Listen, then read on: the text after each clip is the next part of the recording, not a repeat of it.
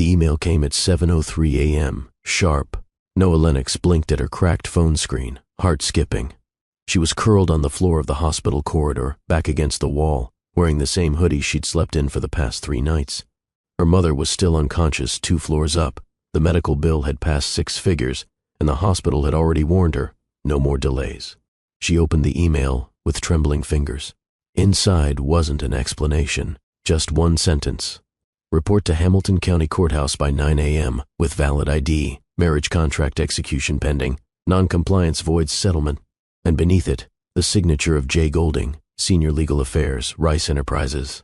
Her stomach twisted. She didn't even know what Rice Enterprises was, but she knew what that contract meant. A marriage, a deal, a sacrifice. She pulled herself off the floor, teeth clenched, heart in free fall. She had less than 2 hours to decide if she'd sell herself to a man she didn't know, to save the only woman who'd ever loved her right. She didn't hesitate.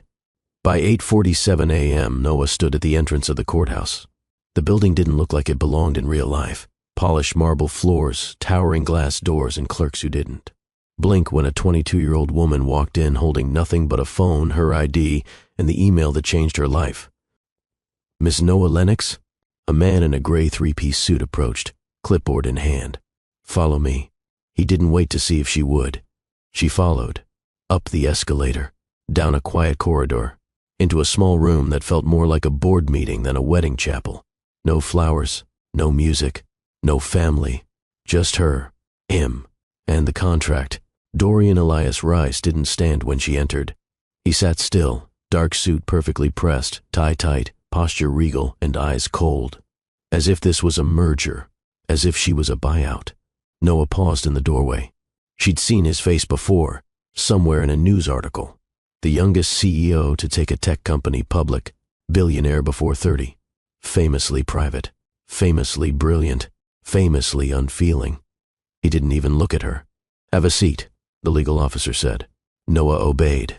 The moment the clock struck 9 a.m., the officiant, a clerk in a black blazer, stood behind a metal podium and began reading from a pre-written page. No ceremony, just terms. "Noah Lennox, do you agree to the conditions as stipulated in Article 3, subsection 7 of the civil marital provision between you and Dorian Elias Rice?" She looked at Dorian. He hadn't moved, didn't blink, didn't care. Noah clenched her jaw. "Yes." The man turned to Dorian. "Do you, Dorian Elias Rice, take Noah Lennox to be your lawfully wedded wife under the terms specified in this agreement?" His response came without breath. "Yes." That was it? A pen was handed to her. Noah signed. Then he did. And with a dry nod, the officiant declared, "Marriage contract executed." Congratulations. No ring. No kiss. Not even a glance. Dorian stood and walked out. Noah remained seated for a moment, body stiff, breath shallow, face unreadable. The suited aide returned. Wordlessly handed her a folded envelope. Inside was a single note. "You'll be escorted to the penthouse. Your suite is ready. He will see you tonight." It felt like being airlifted into someone else's life. The private car picked her up minutes later. Security men opened doors without speaking. A driver in a dark cap gave her a polite nod. The car ride through Manhattan was silent, the city roaring beyond the tinted glass while Noah clutched her seatbelt like it could anchor her to reality. Her thoughts spiraled. What kind of man arranges a wedding like this? What kind of marriage doesn't start with a conversation? And what kind of woman agrees to it? The one whose mother might not survive without her. That kind. The elevator ride to the penthouse was so smooth it felt like floating. The doors opened into a home, unlike anything she'd ever imagined. Black marble countertops, high-gloss floors, chrome finishes, spotless windows framing the Manhattan skyline like artwork. No warmth, no welcome, just silence. A woman met her in the hallway, tall, sharp, clearly a house manager. "This way, Mrs. Rise." Mrs. Rise. The title scraped across her thoughts like gravel.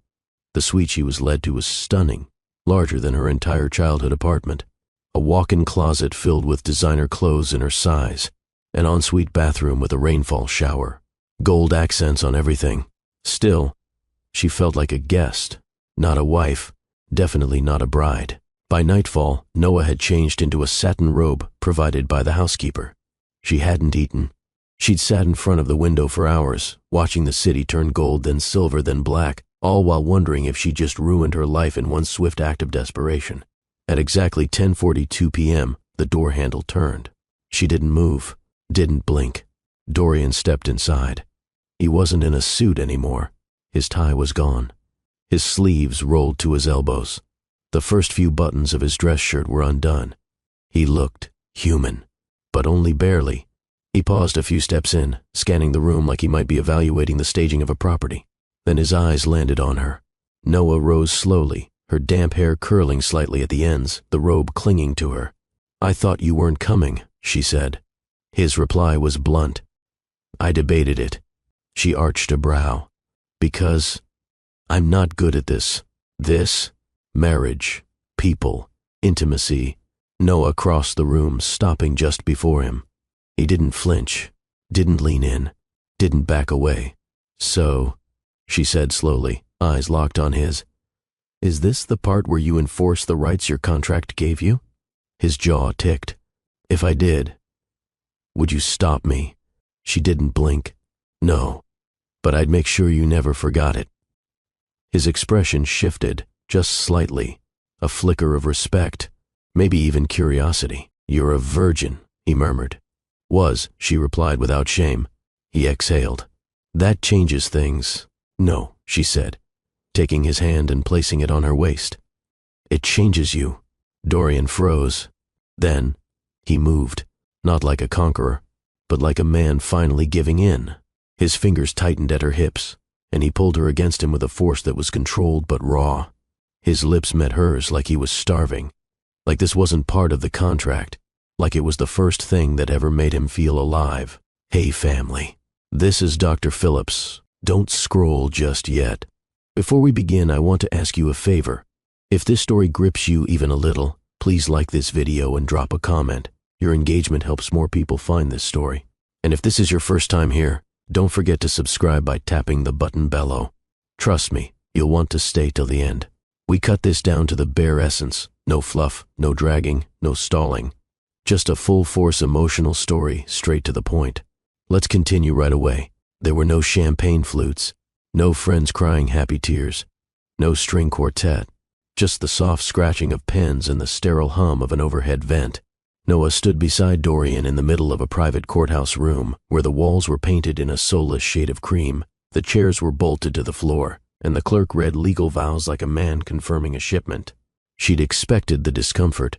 She hadn't expected the silence to feel so absolute. Dorian stood perfectly still, hands clasped in front of him. His cufflinks, silver, angular, gleamed as he signed his name beneath hers. No one offered a congratulations. No one clapped. She could feel her signature drying beside his, black ink already binding her future to his wealth, his name, and his rules. When she glanced up at him, he was already turning away. Not even a glance. Just like a business meeting had wrapped, Noah forced herself to hold her posture as the court officer stamped the final page. "Marriage contract is now legally binding," the man said. That was the moment it sank in. She was no longer her own. They walked out of the courthouse in silence. A black car waited at the curb, engine already purring. Two suited men opened the back door. Dorian got in without a word. Noah followed. The door shut behind them, soundless and final. She settled into the seat as the car pulled away. The silence was thick, almost theatrical. He didn't look at her, didn't speak. Noah glanced at him from the corner of her eye. His jaw was sharp, clenched. His wrist rested over his knee, the expensive watch catching stray sunlight as they curved through city traffic. For a man who had just bought a wife, he looked bored. She tilted her head slightly. "Was that everything you dreamed of?" she asked, her voice casual but edged. He didn't respond, so she pushed. "The wedding, I mean." A pause. Then, finally, it served its purpose. Noah scoffed softly. "Good to know romance isn't dead." He turned his head slightly, eyes cutting toward her. "Did you expect otherwise?" "No," she admitted, "but I thought maybe you'd at least pretend." He turned his full attention on her now. Not soft, not interested, but focused, clinical. "I don't pretend, Noah." She met his stare evenly. "Neither do I." Something shifted in his gaze. Just a flicker, but enough to confirm he was listening.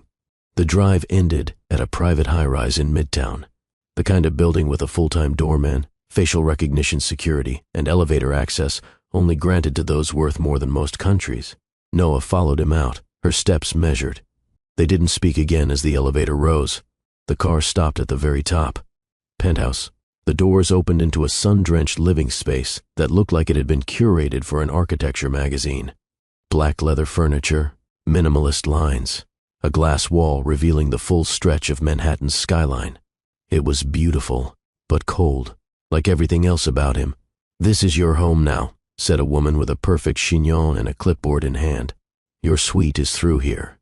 She led Noah to a separate wing of the penthouse, opened the door to a suite so extravagant it felt offensive. A four-poster bed with silk sheets, a chandelier above a private sitting area, closet organized by color and designer, perfumes she couldn't pronounce, a dressing table she was scared to touch. "I'll leave you to settle in," the woman said, and vanished like a ghost. Noah stood there alone, her entire life reduced to a signature and a skyline view. She showered, not because she wanted to relax, but because the sensation of all this, the marble, the money, the silence, was clinging to her skin like a second layer. Steam filled the bathroom as she stood under the rainfall stream. Still, she couldn't wash off the feeling that she'd just become invisible. She dried off slowly, put on the satin robe that had been laid out on the bed, and sat by the window, watching the city flicker with millions of lives she no longer felt a part of. Hours passed. The city turned orange, then blue, then black. She still hadn't eaten, still hadn't heard a word. At 9:30 p.m., a soft knock landed on her door. She turned, expecting Dorian. Instead, a young staffer stepped in holding a tray. "Dinner, ma'am." "Ma'am." She swallowed that. "Thank you." The tray was placed on the coffee table. Lamb chops, roasted vegetables, a wine glass filled halfway. The staffer left quietly. She didn't touch the food, didn't move until nearly an hour later, when the door finally creaked open again. Her heart jolted. She didn't know if it was fear, frustration, or anticipation. Dorian stepped in. Tie loosened, shirt unbuttoned at the collar. His eyes locked onto her, seated by the window, robe cinched at the waist, legs curled beneath her. "You didn't eat," he said. Her voice was calm. "Didn't feel hungry." He stepped in farther, the door shutting behind him. A pause stretched between them. The distance across the room felt loaded. Then she said it. "So, is this the part where you claim the rights your contract gave you?" His stare didn't waver. "If I did, would you stop me?" She rose, bare feet soft on the rug, walked until they were close enough to feel each other's breath. "No," she said, "but I'd make sure you never forgot it." That did it. Something cracked in his eyes. And then, he moved, hands gripping her waist, mouth finding hers like gravity, had finally won. The kiss wasn't soft. It was heat, power, need, but it wasn't cruel. It wasn't careless. It was real. They didn't talk after that. He peeled the robe from her shoulders with reverent hands, laid her down on sheets so smooth they felt like clouds. His mouth learned her like she was a secret. His fingers traced her like scripture. He didn't rush, didn't command. He explored. When she gasped, he paused, adjusted, tried again. And when she whispered his name, breathless, he froze, like hearing it from her lips made it suddenly real. And maybe it did, because after that, he kissed her slower, sank into her deeper, held her longer, and when she woke the next morning, he was gone. On the vanity, a single note in the same cold script as the wedding directive. Meeting. Back late. You're free to roam. Please avoid the West Wing. No name, no warmth, just instructions. She stared at it, heart numb. She didn't cry, didn't panic, but something inside her went very still, because she wasn't surprised, but she had hoped. And that was the real betrayal. The sun streamed through floor-to-ceiling windows, warm and indifferent to the fact that Noah Lennox had just married a man who vanished before dawn. She sat at the vanity, untouched breakfast cooling behind her, wearing the same robe from the night before. Her gaze was locked on the folded note from Dorian. Meeting. Back late. You're free to roam. Please avoid the West Wing. She read it again. Then, once more, not because it changed, but because it said everything she needed to know. She had been claimed, but not chosen. The penthouse was quiet as a museum. Noah explored it anyway. Every inch was immaculate. Polished black surfaces, geometric art, not a single sign of the man who lived there. No family photos, no clutter, not even a misplaced pen, as if the entire place had been designed to impress people who would never be invited. She found the library, books lined up like props. She skimmed their spines, most untouched.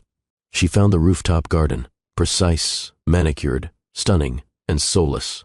The West Wing was locked, so she didn't bother trying. She didn't see Dorian that night, or the next. The house manager, Celeste, delivered meals with a robotic kind of grace. Polite, informative, cold. On the third day, Noah asked, "Does he always disappear like this?" Celeste didn't blink. "Mr. Rice keeps an intensive schedule." "Right." Noah pushed her plate away. "So I'm just here." Celeste inclined her head. "You're well provided for." That stung more than it should have. Noah smiled sweetly. "Tell him next time he buys a wife, he should try conversation." Celeste said nothing. She didn't have to.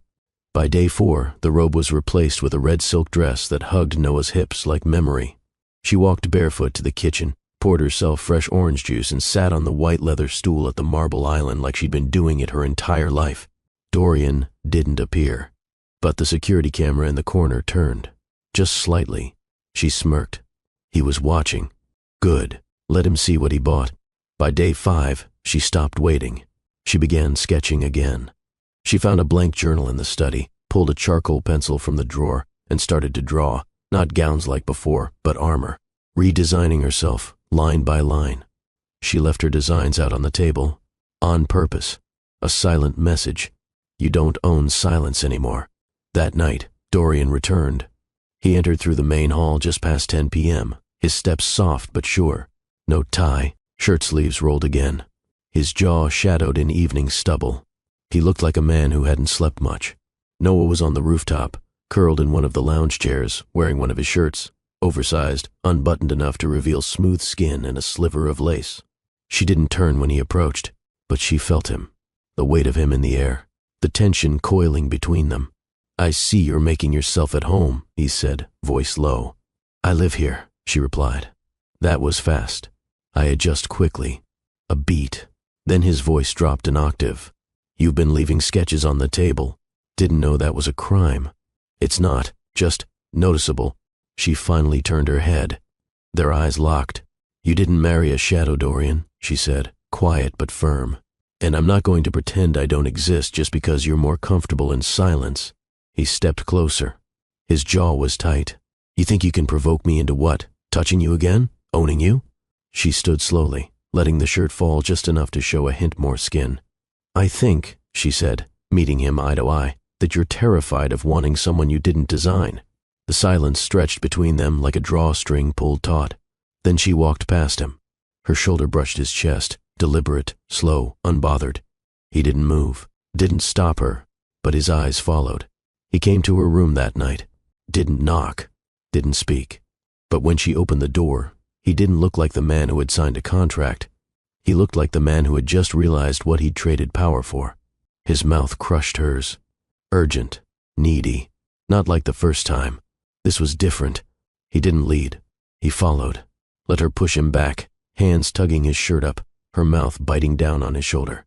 He groaned, low, rough, real. She shoved him onto the bed, straddled him, took control. When he tried to flip her, she grabbed his wrists and pinned them above his head. "You don't vanish after this," she said against his ear, voice a growl. "You stay. You hold me." He nodded. And this time, he meant it. He didn't leave that night. He stayed, wrapped around her, silent, but present. She didn't need him to talk. Not yet. But the pattern didn't last. He stayed 2 nights. Then vanished for 3. No call. No message. No explanation.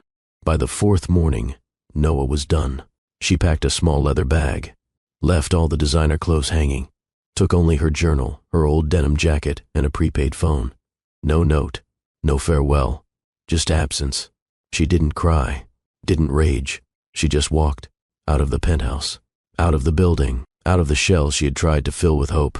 Because she finally realized she didn't want to be worshipped for one night. She wanted to be seen for a lifetime. And she wasn't waiting around for a man who only knew how to chase silence. The elevator chimed softly as it opened onto the penthouse floor. Noah stepped out like she belonged. Not as the girl who left days ago with heartbreak simmering beneath her skin, but as a woman who had chosen to return on her own terms. The red silk dress she wore hugged her waist, the fabric catching the morning light like fire. Her hair was swept back into a smooth bun, her makeup effortless but sharp. She wasn't here to apologize. She was here to be seen. And this time, she made sure the cameras caught every step. The kitchen was silent when she walked in. 2 house staff froze mid-motion. Celeste and another assistant Noah hadn't met before. She offered a cool smile. "Good morning." Celeste blinked, startled. "Mrs. Rise, we weren't informed of your return. I didn't think I needed permission." A long pause. Then Celeste nodded once. "Shall I have breakfast prepared?" "No need." Noah moved to the fridge and pulled out eggs, butter, fresh spinach. "I know where things are." She cooked like she was reclaiming the space, spatula in one hand, heat licking up the stovetop, music playing faintly from her phone speaker. The smell of real food filled the kitchen. Her bare feet tapped against the tile. And then she felt it. Eyes. From the hallway. She didn't look. Didn't need to. Dorian was watching. Let him. He didn't enter right away. He stood just beyond the kitchen threshold, arms crossed, shirt open at the collar, hair still damp from a morning shower. He watched as she flipped her omelet and slid it onto a plate like it was a performance made just for her. She sat at the island counter, added a sprinkle of salt, and took a bite. Then she looked up, met his stare directly. "Morning," she said, casual as a breeze. He didn't move. "You came back." She nodded. Wasn't done yet. His eyes flicked down, took in the dress, the lipstick, the poise. "You're different." "No," she said simply. "I'm just not pretending anymore." A beat. "You look good." "Of course I do." Another beat. "Then, did you mean to wear that dress in my kitchen?" She smiled, slow and wicked. "Did you mean to look at me like that in your hallway?" His mouth twitched, almost a smirk. Almost. The tension hung between them like humidity, not hostile, but charged, as if both of them had stepped onto a stage neither was ready to leave. After breakfast, she left her plate in the sink. Didn't clean it. Didn't tidy the space. Let the evidence of her presence linger. When she passed him in the hallway, her perfume brushed against his jaw. She didn't speak, but her silence was louder than any speech. By noon, she had claimed the sunroom for herself. Sketches sprawled across the glass table. Laptops open. Her phone buzzing with responses from boutique fabric vendors she'd researched while away. Celeste brought tea. Noah didn't even look up. "Just leave it there." Celeste paused. "Would you like anything else, Mrs. Rise?" A beat. Then Noah finally glanced at her. Her voice was cool. "Just space. Unless I ask." Celeste blinked, then nodded and stepped back. Noah went back to sketching. This was her world now. Later that evening, she changed into black lounge pants and a crop top that exposed just enough skin to be comfortable and deliberate. She took her tea to the balcony, watched the lights of Manhattan flicker on like stars being lit by command. Behind her, she heard footsteps. Didn't turn. Dorian joined her, drink in hand. He said nothing for a full minute. Then, "You're not subtle." "I'm not trying to be. You think dressing like that, cooking in my kitchen, taking over my study is going to get my attention?" She finally turned her head, looked him over, then said, with calm precision, "It already did." His jaw ticked. He sipped his drink, not breaking her gaze. "You're playing a dangerous game." "No," she said. "I'm just refusing to be furniture." Another pause. Then he leaned in, his voice a low hum. "You really think you can handle me?" She smiled. Not flirtatious, not soft. Just sure. I already did. That night, he didn't come to her room. But he didn't sleep either. She heard his footsteps pacing the floors long after midnight. She smiled into her pillow, because for the first time, he was the one restless. The sky was velvet. Manhattan glittered below, alive with movement and light, but high above, on the rooftop garden, everything was still. Noah lounged on a chaise, legs draped over the side, one arm behind her head, wearing nothing but Dorian's white button-down, unbuttoned just low enough to provoke questions, just long enough to tempt answers. She felt him watching. She always did. But tonight, she didn't pretend not to notice. Her bare legs caught the light. One knee bent just enough to show the lace edge of black panties beneath the shirt. She could feel the burn of his stare from the far side of the garden. He stood beneath the canopy of a tall potted tree, jaw set, chest rising and falling like he'd run up 20 flights of stairs. "You wore that on purpose," he said finally, voice rough. She took a slow sip of her wine. Didn't look at him. "Wore what?" He stepped forward, out of the shadows. His sleeves were rolled again, neck exposed, top buttons undone. His hands were in his pockets, but his eyes? They were all over her. "My shirt," he said, stopping in front of her. "You wore my shirt. I was cold." His voice was tighter now. "You're not wearing anything underneath it." "Wrong," she said, lifting her leg slightly to show him a flash of black lace. "I wore these just for you." A beat passed, then another, and then he was in motion, fast, controlled, but unmistakably, absolutely in motion. Noah didn't flinch, didn't retreat. Instead, she sat up, slow and deliberate, letting the shirt slip off one shoulder. "Are you mad?" she asked, tone playful, breath teasing. "Or just finally ready to stop pretending you don't want me?" His hands clenched at his sides. "You think this is a game?" he asked, voice low and dangerous. She rose to her feet, standing chest to chest with him, her voice soft but sharp.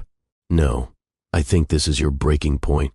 He grabbed her waist suddenly, strong, fast, but she didn't pull away. She leaned in, lips brushing against his jaw. "You don't scare me, Dorian." He didn't answer, so she kissed his neck, slow, open-mouthed, lingering. He shuddered. "You're shaking," she whispered. "So are you," he murmured, eyes closing. "I'm not afraid." "No," he said. "You're hungry." Then he kissed her. It wasn't gentle. It wasn't sweet. It was heat, teeth, tongue, years of silence, broken in a single moment of surrender. His hands pulled her closer, fingers gripping the back of her thighs as she wrapped herself around his waist. He backed her against the garden wall, palms spreading across her hips, pressing her against the stone like he wanted to anchor her there forever. She gasped against his mouth as he lifted her effortlessly, her legs locking around him. The shirt fell open, exposing soft, warm skin to the night air. To him, his mouth moved over her throat, her collarbone, the top swell of her breasts. She arched into him, demanding more, giving more. Not yet. He carried her through the rooftop door, down the private hall, and into her suite without breaking the kiss. She dragged her nails down his back, tugging his shirt off as they reached the bed. It fell away. He looked at her, really looked, and then he lowered her onto the mattress like she was something fragile, something treasured. "Tell me to stop," he whispered, hovering above her. "No," she breathed. "I want you to remember this." "Remember what?" "That I didn't beg." He smiled. Dark, a little broken, then his lips claimed hers again. His mouth trailed fire down her body. His hands worshipped her like he'd waited lifetimes. He didn't rush, didn't command. He explored, listened, responded. She moaned when he kissed the inside of her thigh, her hands tangled in his hair, and when he finally pushed into her, slow, deep, firm, her whole body arched like she'd been waiting for this exact moment since the day they met. He held her hips. She rolled against him, met his thrusts with a rhythm that made his breath catch.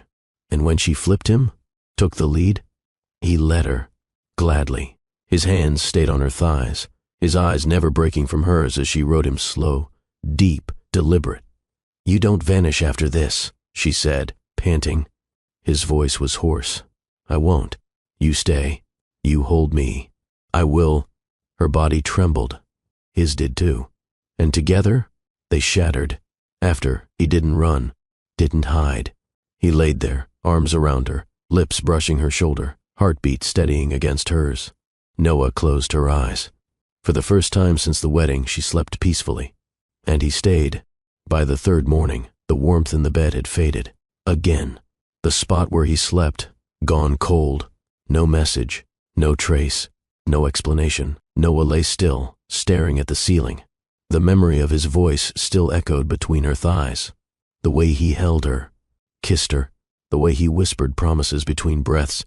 But promises meant nothing when they vanished before sunlight. She sat up, sheets sliding off her shoulder, pulled her robe around her and stood. She didn't cry, didn't wait. She just walked to the window, stared down at the city she used to dream about, and whispered to herself. He stayed gone the rest of that day, and the next. She didn't call, didn't text. She wouldn't chase a man who couldn't even stay for breakfast. She cooked her own meals, wore her boldest dresses, sketched in the sunroom with music blasting and the balcony doors wide open. She left her favorite red bra on the back of a chair in the living room, left the scent of her perfume on his pillows. She wanted him to see it all, to feel what absence really meant. On the third day, she walked into the dining room and noticed something new. The vase in the center of the table was filled with calla lilies, her mother's favorite flower. No note, no signature, just flowers. A weak gesture from a man who didn't know how to speak. She didn't touch them, didn't move them. She just left them there, like the tension they represented. That night, she stood at the floor-to-ceiling windows in her suite, wearing the same robe he'd peeled off her days ago.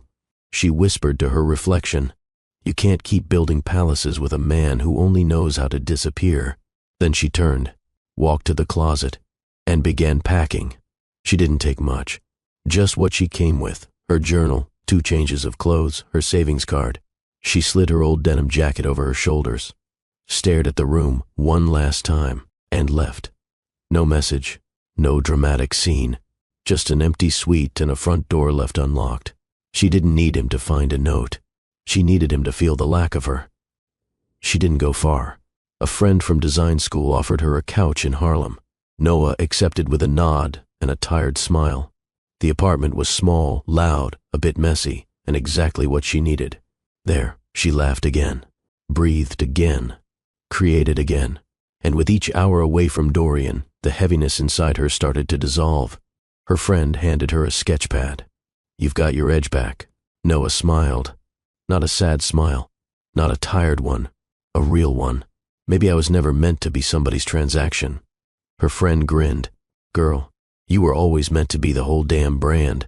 Meanwhile, at the penthouse, he unraveled. The first night, he came home late, expected to see her in the robe, in the bed, in the space she'd made feel alive. But it was quiet, the sheets untouched, the air stale, her perfume gone. He checked the sunroom. No music, no sketches, no laughter. He checked the fridge. No coffee brewing, no sign of her breakfast ritual. And then, it hit him. She was gone. He didn't sleep, didn't eat. His meetings the next morning were disasters. Investors asked questions he couldn't answer. His assistant asked if he was okay. He said yes, but his eyes said everything's missing. On the third day, he canceled all appearances, sat alone in his office, staring at one of her sketches still pinned to the corkboard. A jacket design, strong shoulders, sharp edges, soft seams, just like her. He touched the corner of the page and whispered her name like a prayer. That night, he drove, nowhere in particular, until his car stopped itself in front of a brownstone in Harlem. He didn't call ahead, didn't send a driver, just waited outside, head against the window, eyes tired, soul wrecked. And when Noah finally stepped out of the building, bundled in an oversized hoodie and denim, he stepped onto the sidewalk like he'd just surfaced from deep water. She stopped cold, looked at him, not shocked, just ready. "You're 18 hours early," she said. His throat worked. "You were counting?" "I was deciding." A long beat. Then he asked, voice low, "And?" "That depends." "On what?" She looked him straight in the eye. "Are you done hiding?" He stepped closer. "I'm done losing." Then he sank to one knee. No ring, no theatrics, just raw, unfiltered truth. "I'm not asking for your forgiveness. I'm asking for the chance to learn how to love you right." Her lips parted. She bent down slightly. "I'm not fragile, Dorian." "I know. I don't want grand gestures. I want presence." He nodded, throat tight. "Then give me one more shot." She reached down. took his hand. I'll give you one. One. And if you disappear again, I won't. You'd better not, she whispered, because if you do, I won't come back next time. He rose, took both her hands, and this time, he didn't let go. Hello, my beautiful and amazing family. If you are still watching, if you are still here with me, thank you for tuning in. If you haven't subscribed yet, please don't forget. Also give this video a thumbs up as we dive into the most intense part of the story. It began in the boardroom, a place where Dorian Rise was usually untouchable. He sat at the head of the table, posture sharp, jaw locked, but his eyes didn't track the numbers on the screen. His mind wasn't on market trends or shareholder returns. It was on her, Noah, her laugh echoing faintly in his memory, her body curled up in his shirt on the rooftop, her sketches, her silence. His CFO was speaking, but the words didn't land. And third quarter revenue will fall short unless… Mr. Rise? He blinked. Everyone was staring. He stood up. Meeting adjourned. But, I said. His voice cut through the air like glass. Adjourned. Silence. Then shuffling chairs. No one dared question him. But once outside, the murmurs began. He skipped the next meeting. Then another. By the third cancellation, his assistant knocked on his office door. Sir, the investors are asking questions. You've missed… I'm aware. He didn't look up. Didn't move. Just sat in his chair, staring at her jacket sketch taped to the inside of his drawer. He whispered under his breath, Why did I let you go? His assistant hesitated. Would you like me to reschedule your week? No. Would you like me to notify legal? No. Would you like coffee? He finally looked up, eyes hollow, voice flat. Quit. She blinked. Sir, you can quit, or you can stay. I don't care. A pause. Then she nodded once and left without another word. The door clicked shut. He was alone again. At home, the penthouse was worse.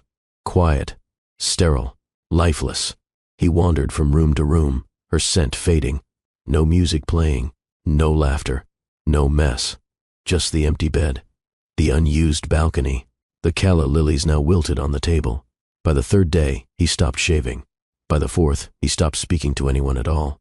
He sat on the edge of her side of the bed, staring at the photo she'd left on the dresser. Not of them, of her mother. She'd said once that her mother taught her how to stand tall, even when the world tried to fold her in half. He was the world, and he'd done exactly that. He closed his eyes, leaned forward, and whispered into the emptiness, I don't know how to be loved, but I want to learn. He started writing, not for business, but for her. A letter, then a second, then 3 more, none of them perfect, none of them mailed. They lived in a folder on his nightstand, ink-stained and rewritten 100 times over. He didn't know how to ask for forgiveness, but he knew how to beg for one more chance. By the 5th night, he drove. He didn't plan it. He didn't bring security. He just took the car and drove, until he found himself in Harlem, parked outside her friend's building, waiting. No music, no headlights, no plan, just heartache and a man who finally understood what it meant to lose. When she appeared, hoodie on, head down, bag in hand, he stepped out like a man chasing sunlight in the middle of winter. She froze. He didn't speak, just looked at her, looked like he felt her, every inch. Every memory, every regret. You waited, she said, voice quiet. He nodded. I didn't know what else to do. She stared at him for a long time, then turned to walk past. He stepped into her path. I'm not here to beg, he said. She lifted a brow. No, no, I'm here because without you, none of this means anything. A pause. He took a breath. I thought control kept me safe. I thought detachment made me strong, but I was wrong. Another breath. I didn't lose my wife. I lost the only person who ever made me want to become a man. She didn't answer right away, just looked at him, not with hate, not even with pity, with clarity, and after a long moment she said, You don't get to show up and rewrite the past. I know, but you can try to rewrite what comes next. He nodded. Then come find me when you're ready to be seen, Dorian. Not admired, not obeyed, seen. Then she walked past him. And this time, he didn't chase. He waited, because now he understood. The only kind of love worth earning was the kind that refused to be bought. 6 days. That's how long it took for her to stop expecting the knock, for her heart to stop leaping every time someone buzzed the apartment, for her to stop wondering if he'd show up. Until today, the knock came at exactly 6:12 p.m., soft, almost hesitant. Noah looked up from the couch where she'd been sketching beside her friend's sleeping cat. She didn't move at first, just sat there, staring at the door like it had betrayed her. Another knock. Same rhythm, same restraint. She stood, slowly, walked to the door, paused, breathed in, then opened it.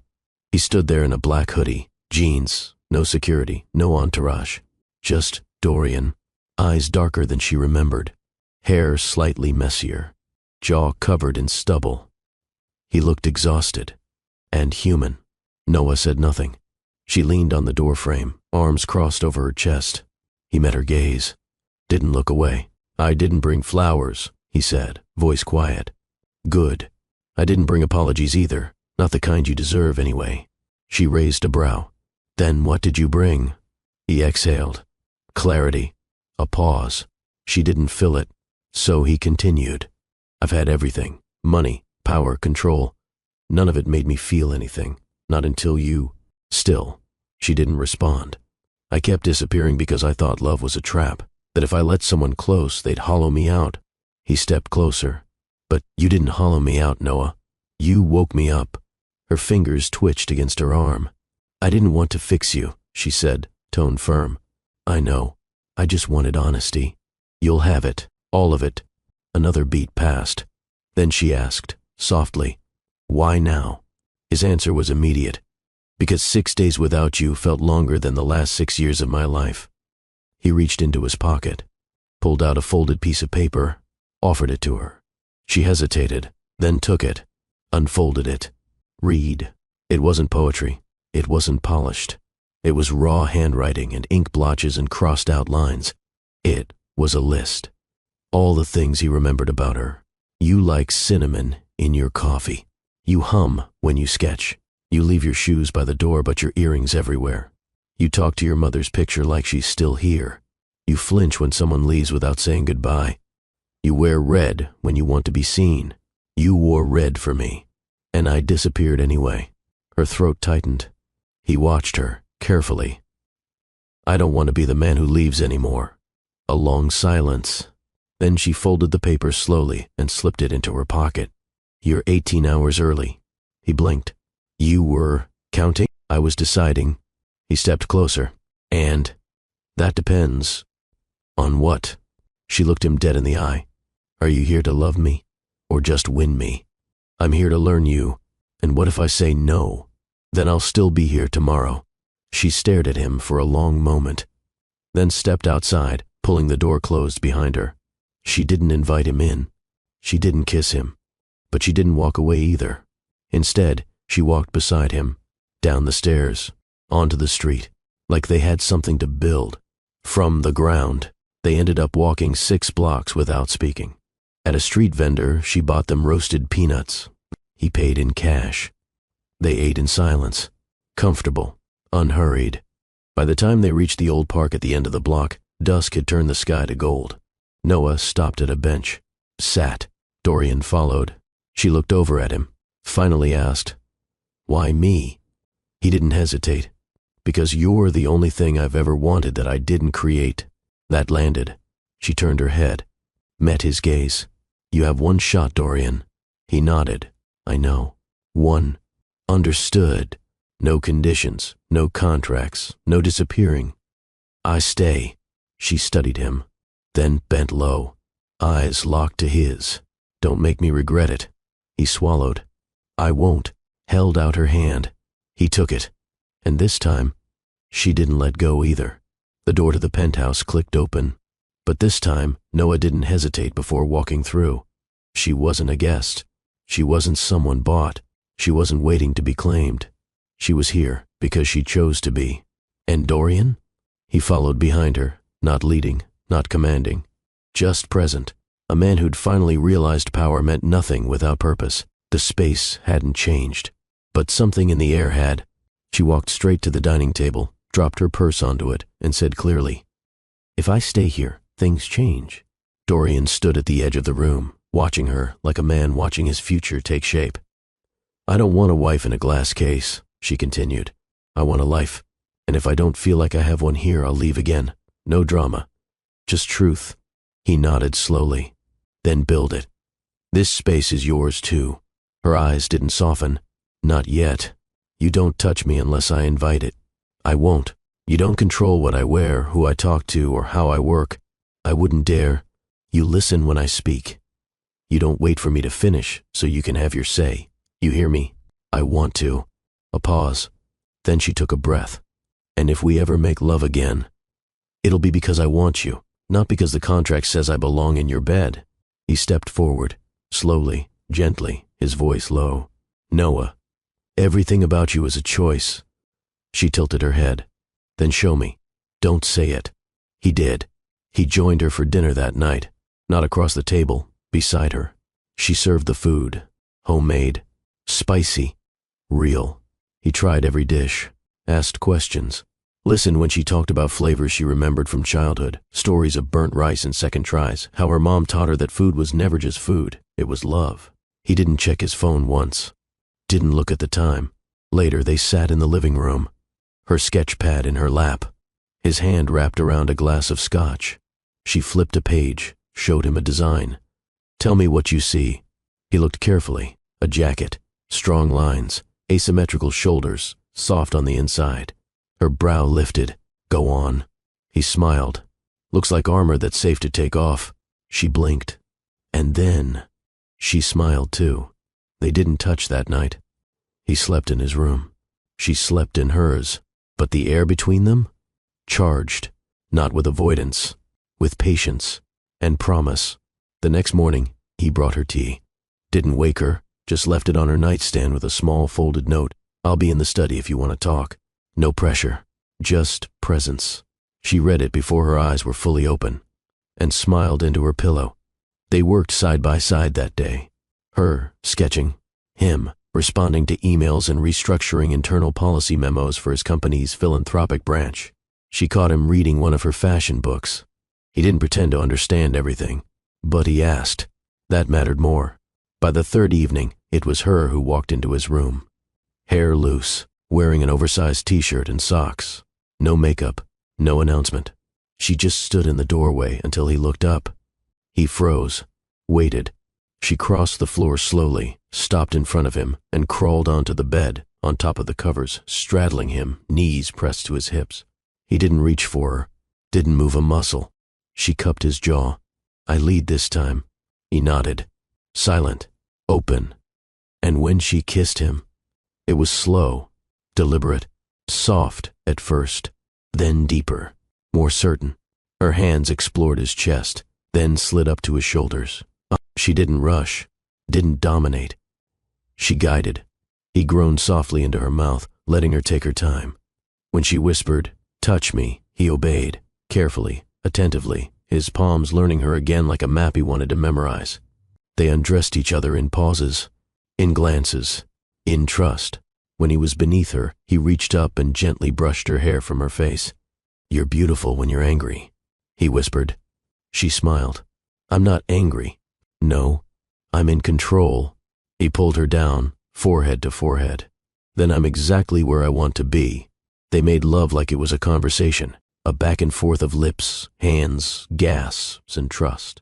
Noah moved like a woman who finally knew her own rhythm, and Dorian followed like a man grateful just to feel it. When she came, she did it with her hands on his chest and her name on his lips.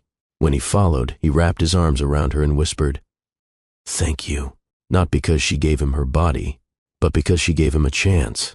After, she stayed in his arms, and he held her, not as a possession, as a partner. The morning air inside the penthouse was warm and still. Golden sunlight filtered through the glass panels, stretching across the white bedsheets where Noah lay, her back to Dorian's chest, his arms wrapped tightly around her waist. They hadn't said a word yet. They didn't need to. His fingers slowly traced her side, drawing invisible lines down her rib cage, then circling just above her hip bone. Her breath deepened with each stroke. "You're awake," she murmured. He kissed the back of her neck, lips soft, slow. "I've been watching you breathe." She smiled into the pillow. Creepy. Captivated. He rolled her gently onto her back, hovering over her now, eyes dark and heavy-lidded. "Do I have your permission?" he asked, voice low, husky. She reached up, brushing a lock of hair off his forehead. "I invited you here, didn't I?" They kissed like it was the first morning of their first real life. No titles, no contracts, just heat, and need, and choice. He started at her collarbone, his lips pressing reverent kisses down the path they'd traveled before, but this time slower, savoring her like a man who no longer wanted to conquer, only experience. She moaned softly, arching her neck, giving him more. Her legs parted for him without request. He moved between them like a man with a vow to fulfill, not one written in ink, but in touch. He kissed her thighs, trailed his tongue along her skin, and smiled when she whimpered. "I miss this," she whispered, breath hot against his cheek. "I missed you." His mouth returned to her, and when he touched her, softly at first, then with focused pressure, her entire body trembled beneath him. "No one's ever—" She gasped, her fingers tightening in his hair. "No one ever listened," he finished. And he did. Every movement, every moan, every breath. He responded to all of it, as if her body were speaking its own language and he'd finally learned how to understand it. She reached for him, pulled him up, kissed him deeply, tasting herself on his tongue. Then she flipped him onto his back, straddling his waist, her hair spilling around them like a curtain. "My turn." She took control without hesitation. Her hips rolled with slow intention, teasing him, testing how long he could last. He gripped the sheets, teeth clenched. "Noah." "Say it," she whispered, grinding just enough to make him groan. "I'm yours." She leaned down, brushing her lips along his jaw. "Damn right." When she finally took him in, inch by inch, she didn't rush. She wanted to feel every second of him filling her, stretching her, becoming one with her body. His eyes fluttered closed. His hands slid up her thighs, gripping gently. She rode him with rhythm, fluid, erotic, confident. He tried to hold back, but she knew his breaking point. She kissed him again, and whispered, "Come with me." And they did, together. A breathless, pulsing collapse that left them tangled and gasping, his arms locked around her, her head buried in his neck. They stayed that way for a long time, sticky, sweaty, smiling. "Are you planning to make me late to work again?" He mumbled against her hair. "Obviously." He laughed, low and full, the sound vibrating through her. "I don't care," he said. "Let them wait." She nuzzled closer. "Then let's give them something to really wait for." That afternoon, he kissed her in the kitchen while she stirred pasta. Not quick kisses, deep ones, hungry ones. He lifted her onto the counter and slid her panties off with one hand while her sauce bubbled behind them. They never made it to lunch. Later, in the study, she sat on the edge of his desk showing him a new collection sketch. He traced the hemline with his fingertip, then slipped it beneath her skirt and made her moan against the wood-paneled walls while her designs fluttered to the floor. In the library, he bent her over the arm of the velvet reading chair, worshipping her spine with open-mouthed kisses while she whispered his name over and over again. Every space became theirs, not as a display of dominance, but of belonging, of joy. But no moment hit deeper than that night as they lay under a blanket on the balcony. Stars overhead, city below, nothing between them but breath and heartbeat. She was tucked against his chest, a soft cotton tee barely covering her skin. He brushed a thumb across her cheek. "You changed everything," he said softly. She looked up at him, eyes glowing. "No, I just reminded you that you were allowed to feel." He nodded, his throat tight. "And now I feel you. Always." They didn't make love that night like they had before. They just held each other, tangled, content, and still burning. The morning was quiet. Noah stood barefoot in the sunroom, sketchbook in hand, charcoal smudges on her fingers. The light poured through the tall glass, washing her in gold as she bent over the table, focused and lost in her rhythm. She didn't notice Dorian walk in, didn't hear him stop in the doorway, arms crossed as he watched her draw with that fierce, focused expression that always made him forget everything else. She bit her lip as she adjusted a hemline on her latest design. That tiny movement made his chest tighten. She was art, not because of her body, though God he worshipped it, but because of her being, focused, free. Herself. He cleared his throat. She looked up. Hey. Hey. His eyes flicked to her page. Is that the one you were reworking last night? Yeah. She turned it around to show him. I fixed the shoulder line. It wasn't balanced before. Now it falls cleaner against the body. He stepped forward, studying the design. His fingers hovered above the paper, not touching. You really see it all before it exists. She smiled softly.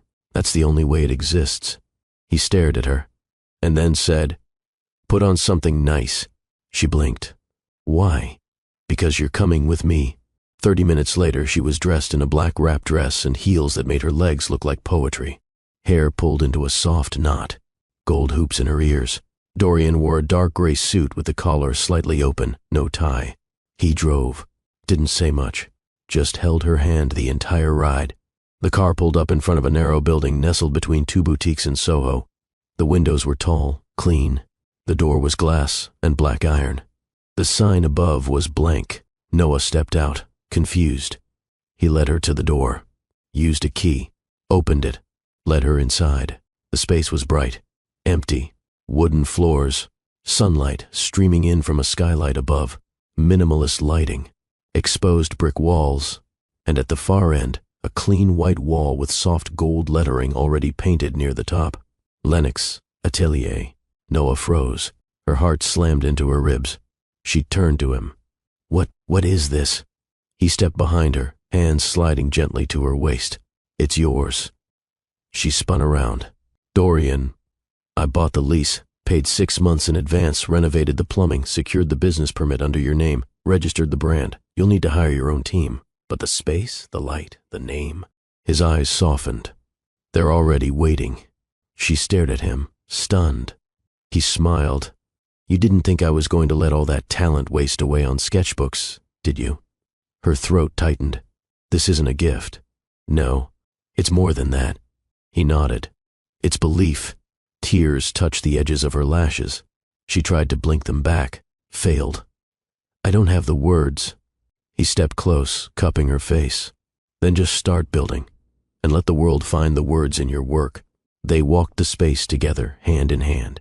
She pointed out where she'd place her design tables, the fabric racks, the mirrors, the mood boards. He didn't try to control any of it, just watched her light up, listened, asked thoughtful questions, took notes. When she talked about hosting her first showcase, he smiled like he could already see it happening. When she mentioned maybe naming a collection after her mother, he nodded, voice quiet. She'd be proud. Noah touched her chest, and for the first time since the marriage began, she felt home. That night, they celebrated, not at a 5-star restaurant, not with investors or press, just the two of them, on the penthouse terrace, takeout from her favorite Dominican spot, a bottle of wine, music playing low from her phone speaker. He danced with her under the stars, one hand on her lower back, the other in her curls. You feel lighter, he whispered. She smiled. I am. Then she leaned in, lips brushing his ear. And tonight, I'm going to thank you the only way you deserve. They didn't make it to the bedroom. He carried her into the study, laid her down on the leather couch, and kissed every inch of her body like she was sacred ground. Her legs wrapped around his waist. Her moans filled the quiet. It wasn't about possession. It wasn't even about release. It was devotion, raw, honest, earned. After, they lay tangled on the floor, skin to skin, breath mingling. She traced lazy circles on his chest. You really think I can do this? He looked down at her, utterly serious. I think you were born to. She swallowed, then kissed him softly. I think I finally believe that too. The leaves had just begun to turn. A soft rust-colored edge kissed the trees outside the penthouse windows, and the mornings had started to carry a chill that begged for sweaters, tea, and lingering in bed. It had been 11 months. Noah counted, but she never said it out loud. Not once. She waited. Not with dread, not with fear, but with a quiet tension coiled in the base of her spine. Because the clause loomed. That unspoken sentence buried in the original contract. The 1-year reevaluation. She hadn't read the papers in months.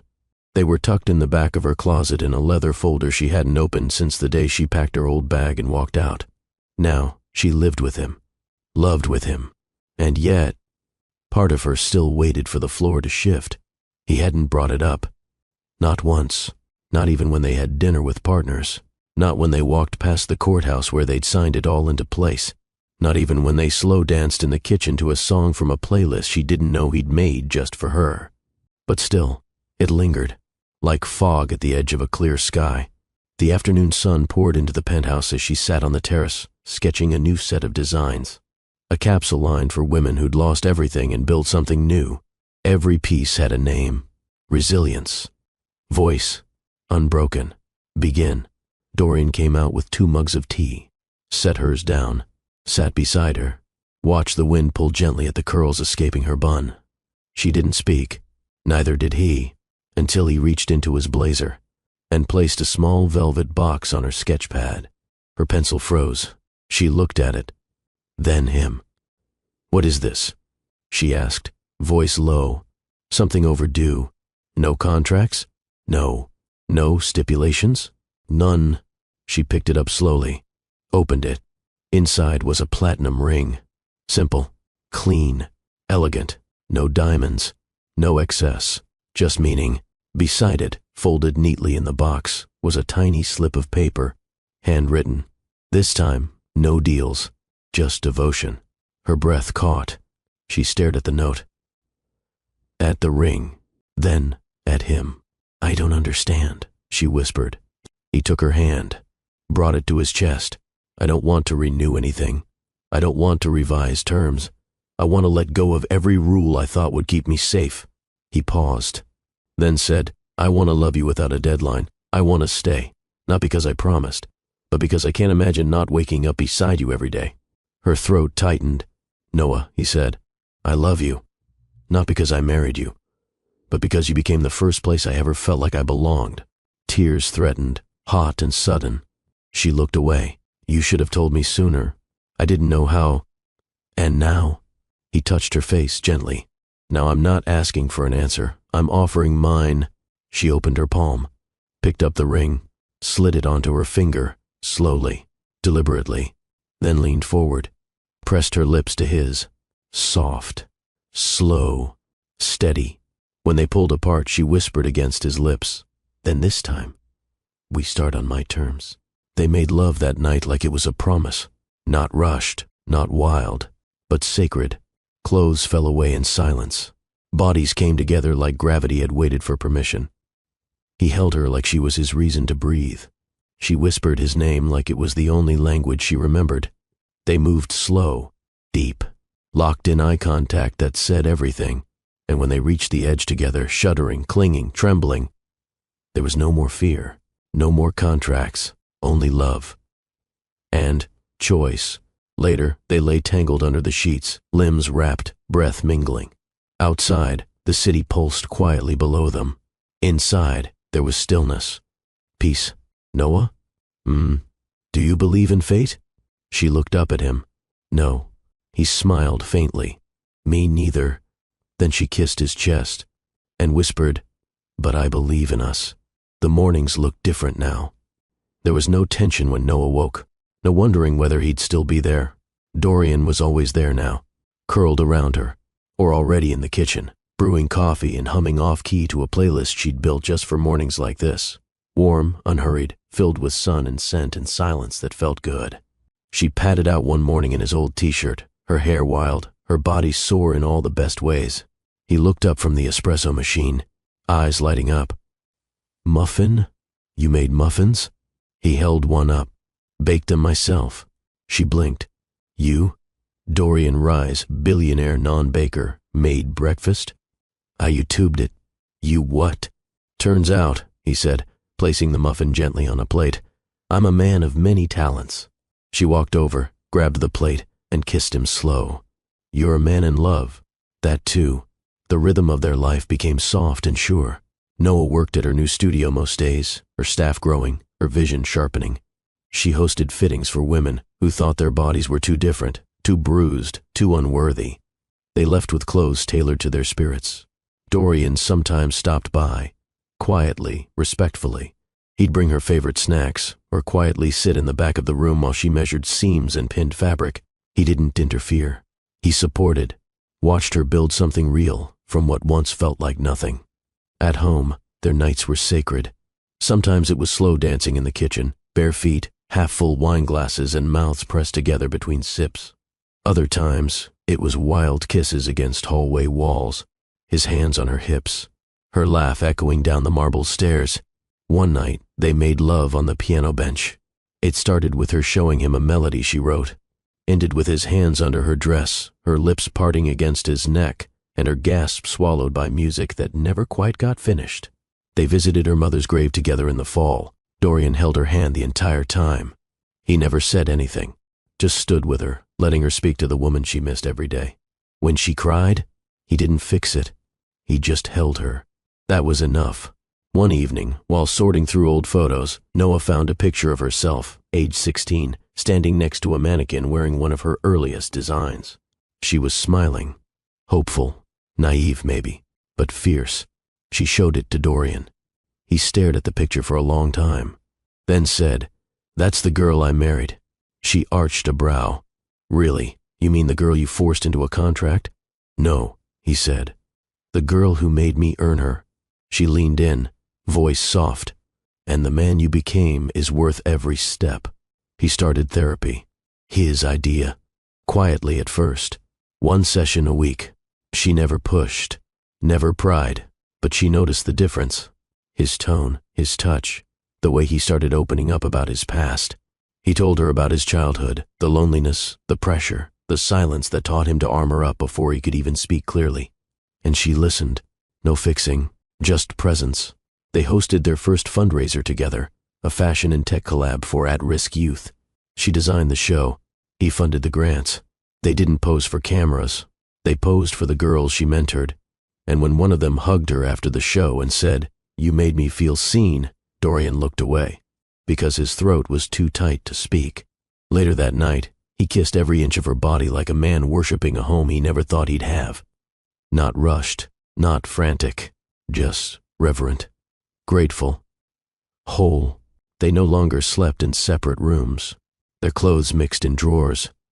Her lipstick lived in his car's glove box. His cufflinks were scattered between her hairpins. They were woven now, not because of obligation, but because of choice. The stage was wide, sleek, flooded with warm, intentional light. Noah stood at its center, framed by a simple white backdrop and the soft gleam of the words projected behind her. Women who lead, from silence to power. The audience was full. Rows of powerful women, young dreamers, corporate executives, survivors. Her palms were damp as she gripped the lapel of her custom-designed suit, a bone-colored blazer that fell elegantly over a fitted black jumpsuit. She had chosen it carefully, soft where she wanted comfort, sharp where she wanted command. In the front row, Dorian sat with his elbows on his knees, chin resting on one hand, watching her like she was the only thing that existed in the world. She took a breath and began. "I didn't come from a legacy of power." Her voice was calm, steady. "I didn't inherit a family name that opened doors. I wasn't born into boardrooms or groomed to lead." A pause. "I was raised by a nurse who worked double shifts and made miracles from grocery store leftovers. She taught me how to sew my own dresses when I couldn't afford new ones. She also taught me that survival isn't the same as living." Soft murmurs in the crowd. Heads nodded. Noah continued. "I thought getting into college on scholarship meant I was finally winning, until one signature error took it all away, until one hospital bill shattered the illusion that hard work was enough." She exhaled slowly. "I got married to save my mother's life, not out of love, not out of choice, but desperation." A hush fell over the room. "But that decision led me to something else, something I never expected myself." She stepped forward slightly. "I was treated like a transaction, like a name on a contract. I lived in a penthouse I didn't choose, beside a man I barely knew, under a last name that wasn't mine until I signed the dotted line." Another beat. "And then, I could have stayed invisible, silent, comfortable in someone else's world. But I didn't. I turned his dining table into a design studio. I turned my silence into a sketchbook, and one day, when I'd had enough of disappearing, I left. Not because I hated him, but because I loved me." The crowd sat still, riveted. "And when I came back, it wasn't to submit. It was to rise." Her gaze drifted briefly to the front row. Dorian didn't smile. He looked wrecked, in awe, moved. "I stand here today," Noah said, lifting her chin, "as the founder of Lennox Atelier, a fashion house that designs for women rebuilding their lives, survivors, fighters, women who refuse to be reduced to what happened to them." Applause began to build. She raised her voice slightly. "We dress our clients not to hide, but to declare, to take up space, to feel seen. And today, I am not just a designer. I am not just someone's wife. I am whole." The crowd rose. Applause thundered. But Noah's eyes only searched for one person. When they met Dorian's, he was already on his feet, clapping hard, eyes shining. She smiled through the emotion rising in her chest, then bowed her head and walked off stage. Backstage, she barely made it behind the curtain before strong arms wrapped around her. Dorian pressed her close, forehead resting on hers. "You didn't just speak," he whispered. "You roared." She exhaled shakily. "I was terrified. You were flawless." She looked up at him. "Did I go too far?" "You didn't go far enough." She kissed him, soft and slow, filled with the energy of release.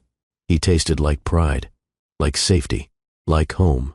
That night, she didn't take off her jumpsuit right away. She wore it to dinner, to the rooftop, to the quiet corner of the library where he slid behind her and unzipped it slowly, reverently.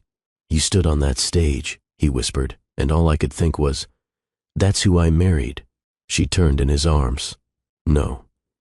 This is who you grew beside." They didn't rush. They undressed each other piece by piece, like unwrapping a story they'd already read but wanted to feel again. He laid her down on the couch, traced her collarbone with his tongue, held her like she was fragile, then reminded her how strong she was with every kiss.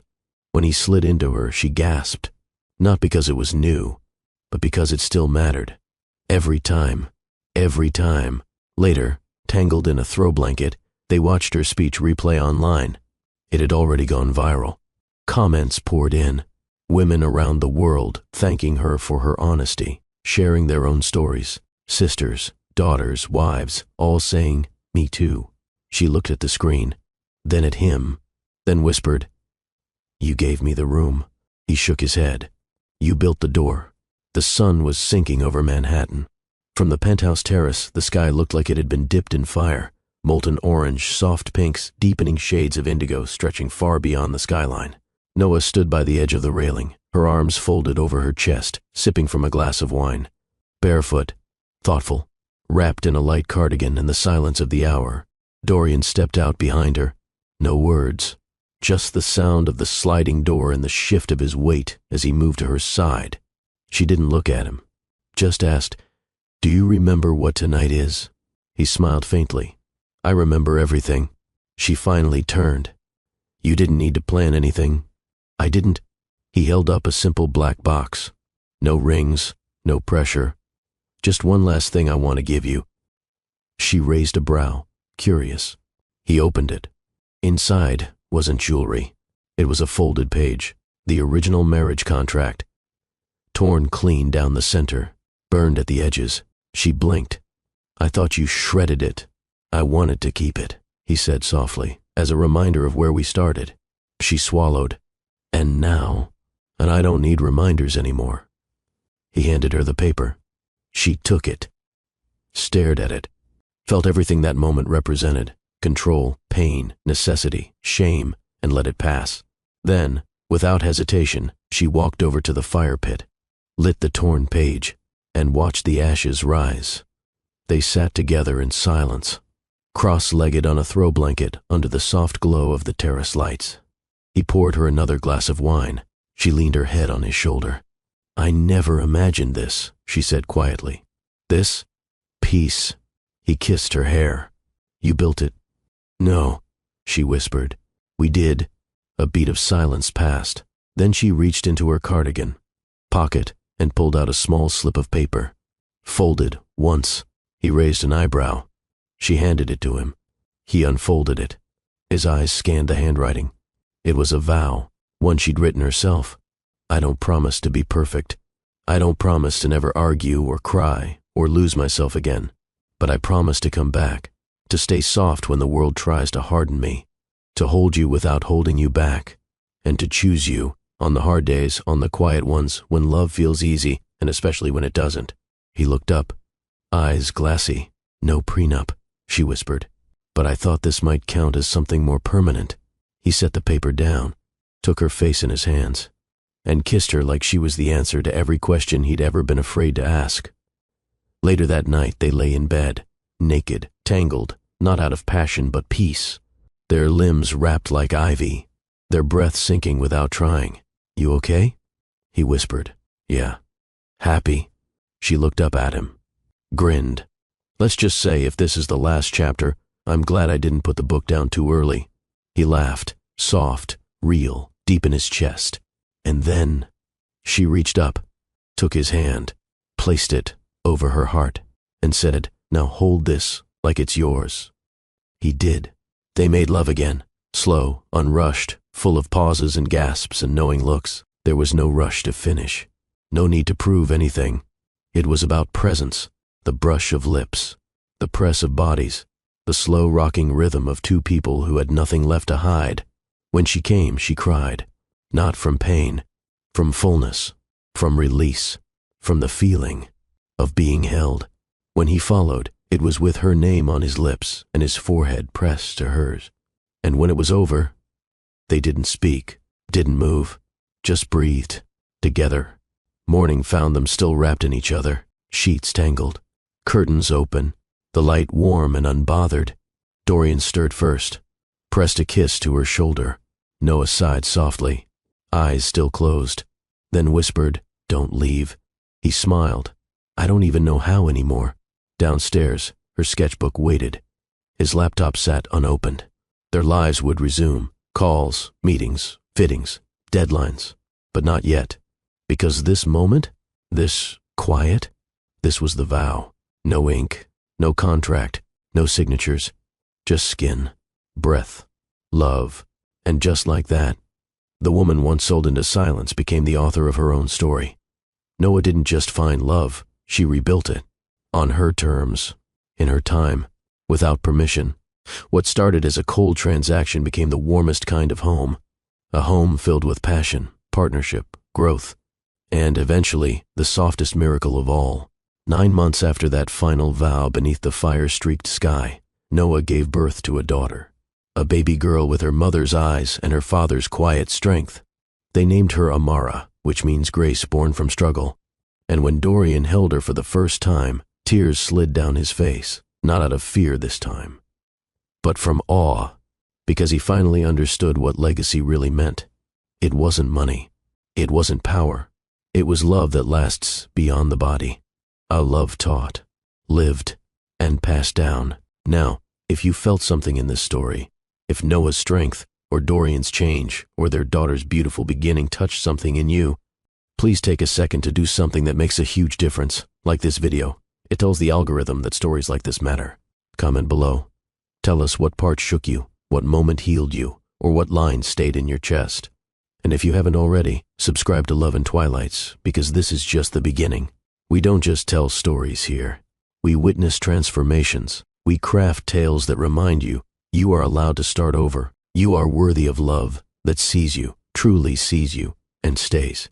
And you are never too broken to build something beautiful again. And if Noah's story gave you hope, then trust me, the next one will make you believe. From all of us at Love and Twilights, thank you for watching. Thank you for feeling. Thank you for choosing stories that mean something. Until next time, stay brave, stay soft, and above all, stay in love. Drop a love in the comments if you stayed until the end. We see you, we appreciate you, and your support keeps us telling the stories that matter most.